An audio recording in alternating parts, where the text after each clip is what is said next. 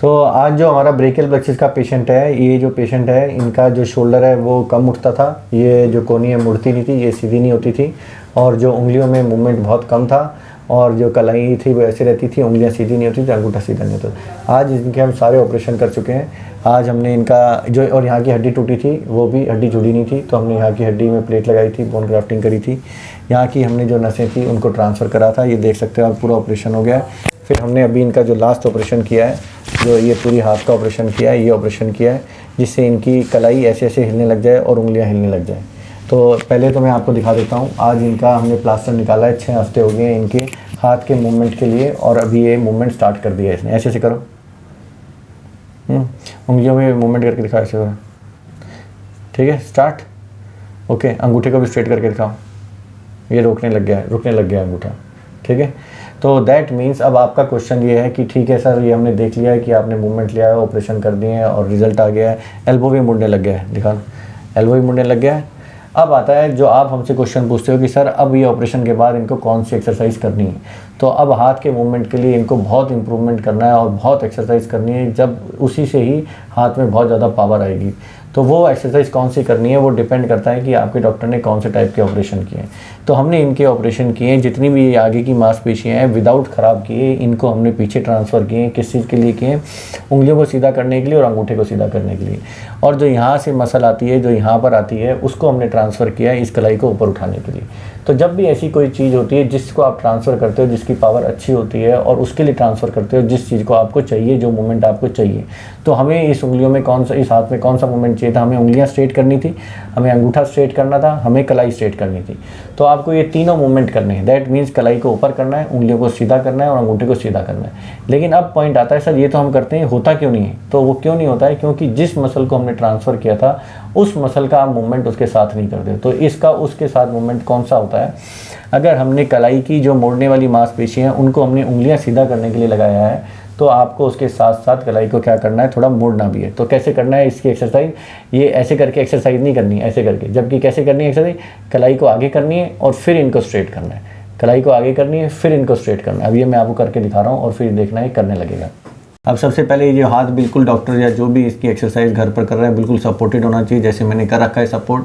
अब कलाई में इनका मूवमेंट मैंने ये रोक लिया है कि आगे ना करने दें, लेकिन मैं इनको कहूँगा कि कलाई को आगे मोड़ना है। जैसे ही कलाई को आगे मोड़ेंगे तब इनको उंगलियों को स्ट्रेट करना है। अब ये देखना, अब मैंने इनका जो अंगूठा यहाँ पड़ा है, अंगूठे को मैंने यहाँ पर रोक कर रख लिया है इसको, ठीक है, और कलाई को पीछे रोक के रख लिया। अब आपको कलाई को आगे करना है और फिर उंगलियों को सीधा करना है। छोड़ दो, रिलैक्स, फिर करो, छोड़ दो। अभी ये उंगली इनकी ज़्यादा उठ रही है और ये उंगली उठ रही है, ये 2 उंगलियां कम उठ रही हैं।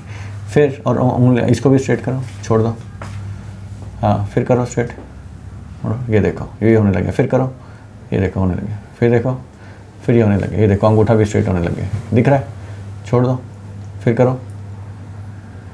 अब ये हम क्यों एक्सरसाइज करा रहे हैं? हम कह रहे हैं कि इसको आगे मोड़ो। जैसे ही इसको आगे मोड़ेंगे तो वो मांसपेशी इनको सीधा करने का काम करने लगेगी। तो ये इनको एक्सरसाइज करनी है। अभी तो सिर्फ आज ही प्लास्टर निकला, उसके बाद भी पेशेंट हमसे ये एक्सरसाइज करा पा रहा है। दैट मीन्स को कोई दर्द नहीं हो रहा है। सिर्फ इसको एक ही चीज़ की ज़रूरत है कि इसको अच्छे से पता चल जाए कि एक्सरसाइज कैसे करनी है। अगर इसने एक्सरसाइज एग्जैक्टली ऐसे नहीं करी तो यह कितना ही टाइम निकाल ले, कितनी एक्सरसाइज कर ले अपने तरीके से, ये ठीक नहीं होगा। तो ये एक्सरसाइज इसलिए इम्पोर्टेंट है कि जो मसल को हमने ट्रांसफ़र किया अगर उसको मोड़ा नहीं गया और जिसको सीधा करना है उसको सीधा नहीं किया गया तो एक्सरसाइज में इम्बैलेंस हो जाएगा और जो हमने काम चाहते थे वो काम नहीं होगा। तो हमने आपको दिखा दिया, जब आपको उंगलियों को सीधा और अंगूठे को सीधा करने की एक्सरसाइज करिए। अगर आपने कलाई से उसके मांसपेशियाँ ली हैं तो कलाई को आपको मोड़ना है। कलाई को मोड़ो, ठीक है, मोड़ो कलाई को, ठीक है। ये देखो ये उंगलियाँ सीधी होने लग गई ना।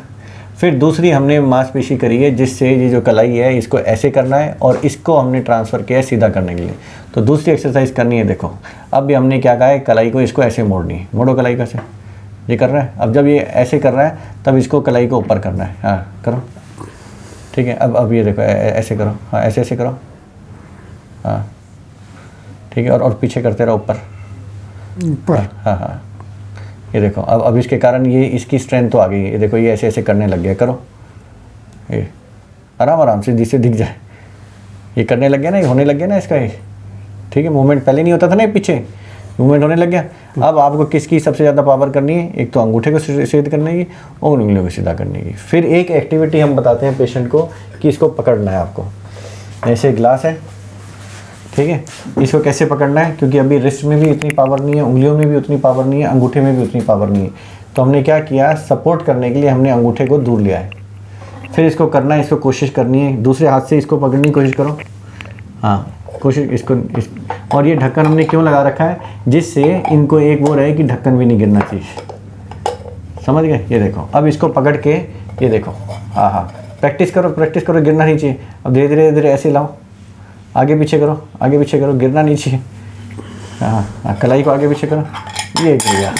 तो चलो, अब ग्लास नहीं टूटना चाहिए, आगे पीछे करो। ये देखो, तो इससे क्या हुआ, पेशेंट को एक अपना टेस्ट मिलता रहता है कि हाँ गिरना नहीं चाहिए, उसकी एक एक्टिविटी रहती है और वो कॉन्फिडेंटली रहता है, हाँ वो कुछ कोशिश कर रहा है। इससे मसल जल्दी वर्क करती है और इससे पेशेंट जल्दी उसका रिजल्ट आता है। ठीक है, और भी कोई क्वेश्चन हो एक्सरसाइज से रिलेटेड, वो हम नहीं बता सकते क्योंकि वो ऑपरेशन डिपेंडेंट होता है, कौन सा ऑपरेशन किस टेक्निक से किया गया है। तो अगर आपने हमसे ऑपरेशन किया है तो हम आपको खुद ही बताते हैं अपने प्रोग्राम के द्वारा, या जिन जो भी पेशेंट्स आते हैं।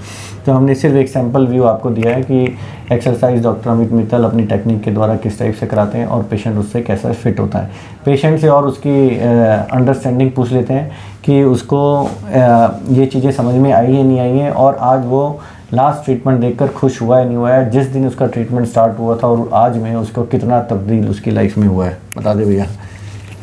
सर मेरा ऑपरेशन पहले ब्रेकियल प्लेक्सस का हुआ था, उसके बाद मेरा ये मोमेंट 3 मंथ बाद रिकवरी चालू हो गई थी, जिसके बाद मैंने 1.5 मंथ हो गए ये ऑपरेशन थम्स का और फिंगर का डॉक्टर साहब ने किया है। तो अभी मेरा प्लास्टर आज ही खुला 1.5 मंथ बाद में, तो आज मैं ऐसे कर पा रहा हूँ। अभी फिंगर के लिए जो भी डॉक्टर साहब ने एक्सरसाइज बताई है वो मैं करने की पूरी कोशिश करूँगा। अच्छा, और जो ये 6 हफ्ते में जो आपका ऑपरेशन हुआ था, 6 हफ्ते बाद कोई भी हमने काम करने के लिए रोका था आपको? नहीं, बिल्कुल भी नहीं रोका। टाइम की दवाई दी थी हमने आपको?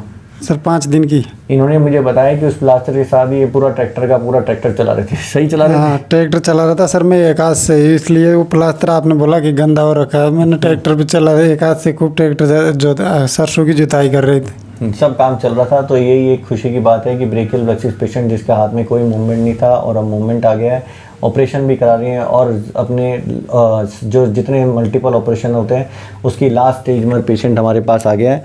और अगर अब ये लास्ट स्टेज को भी अच्छे से रिकवर कर लेगा तो ये काफ़ी बेटर हो जाएगा। Okay sir.